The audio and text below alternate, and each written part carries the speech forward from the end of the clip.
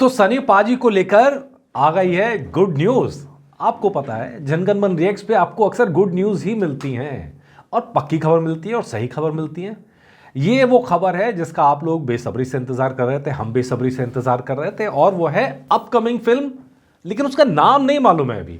आज जब वनवास फिल्म का ट्रेलर लॉन्च हुआ तो वहाँ चर्चा हुई, वहाँ दो चीज़ों की चर्चा हुई अपकमिंग फिल्म्स को लेकर। उन दोनों के बारे में अपडेट आपको दूंगा। पहला तो गदर 3 के बारे में अपडेट ले लीजिए कि भाई नाना पाटेकर ने पूछा गदर 3 कब आ रही है। उनको भी बड़ी उत्सुकता है। मतलब नाना पाटेकर के अगर आप इंटरव्यूज़ देखेंगे तो बहुत ज़्यादा हिंदी सिनेमा की, बॉलीवुड की फिल्में नहीं देखते, हिंदी सिनेमा नहीं कहना चाहिए। लेकिन जब सनी पाजी वहाँ पर आए तो सनी पाजी से पूछा गदर 3 के बारे। वो तो अनिल शर्मा चुप कर आया, भाई थोड़ा शांत हो जाओ। क्यों शांत हो जाओ? क्योंकि भाई सारा फोकस जो है वो वनवास से हटके वो गदर 3 पर चला जाएगा। लोग वनवास के ट्रेलर की चर्चा कम करेंगे, गदर 3 की चर्चा ज़्यादा करने लगेंगे। तो यार शांत हो जाओ, अभी इस बारे में कोई सवाल नहीं करना। तो फिर फाइनली नाना पाटेकर समझ गए। वैसे भी नाना पाटेकर के साथ यही खास बात है कि वो दिल वाले आदमी हैं। मतलब वो, उनको दुनियादारी की इतना वो नहीं है कि कौन क्या कहता है, कौन क्या समझता है, कौन क्या सुनता है। वो दिल की करते हैं और इसीलिए बॉलीवुड की चमकीली माया नगरी, मतलब उस माया नगरी को छोड़ के गाँव में रहते हैं।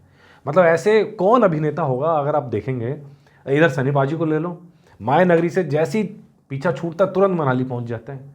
यार ये लोग ना, मतलब मेरे दिल के इसीलिए करीब हैं कि ये जो सादगी, रियल लाइफ की सादगी है, ये सब इंसान बने रहना चाहते हैं, स्टार बनना नहीं चाहते हैं।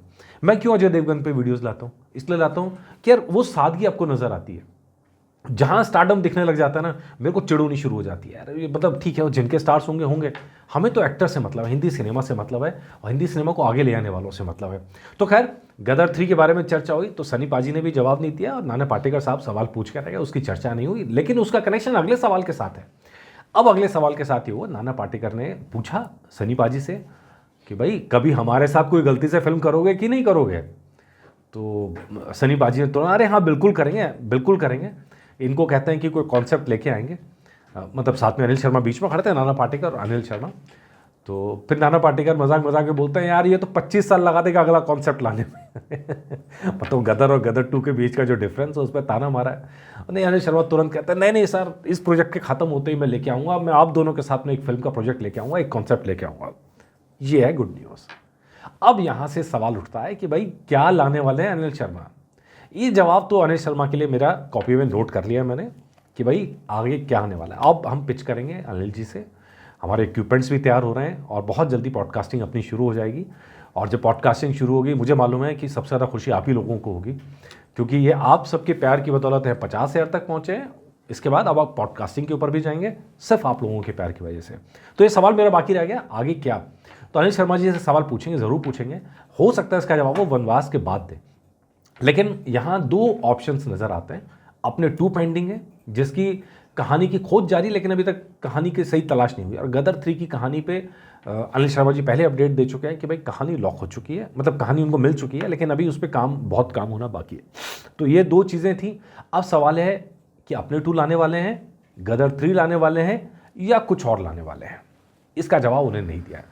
हालांकि उनकी पिछली बातों से आप देखेंगे तो वो जितनी मेरे पास इंफॉर्मेशन है, गदर 2 के अंदर भी वो चाहते थे नाना पाटेकर को शामिल करना, और गदर 3 के अंदर भी उनकी ख्वाहिश है नाना पाटेकर को शामिल करने की।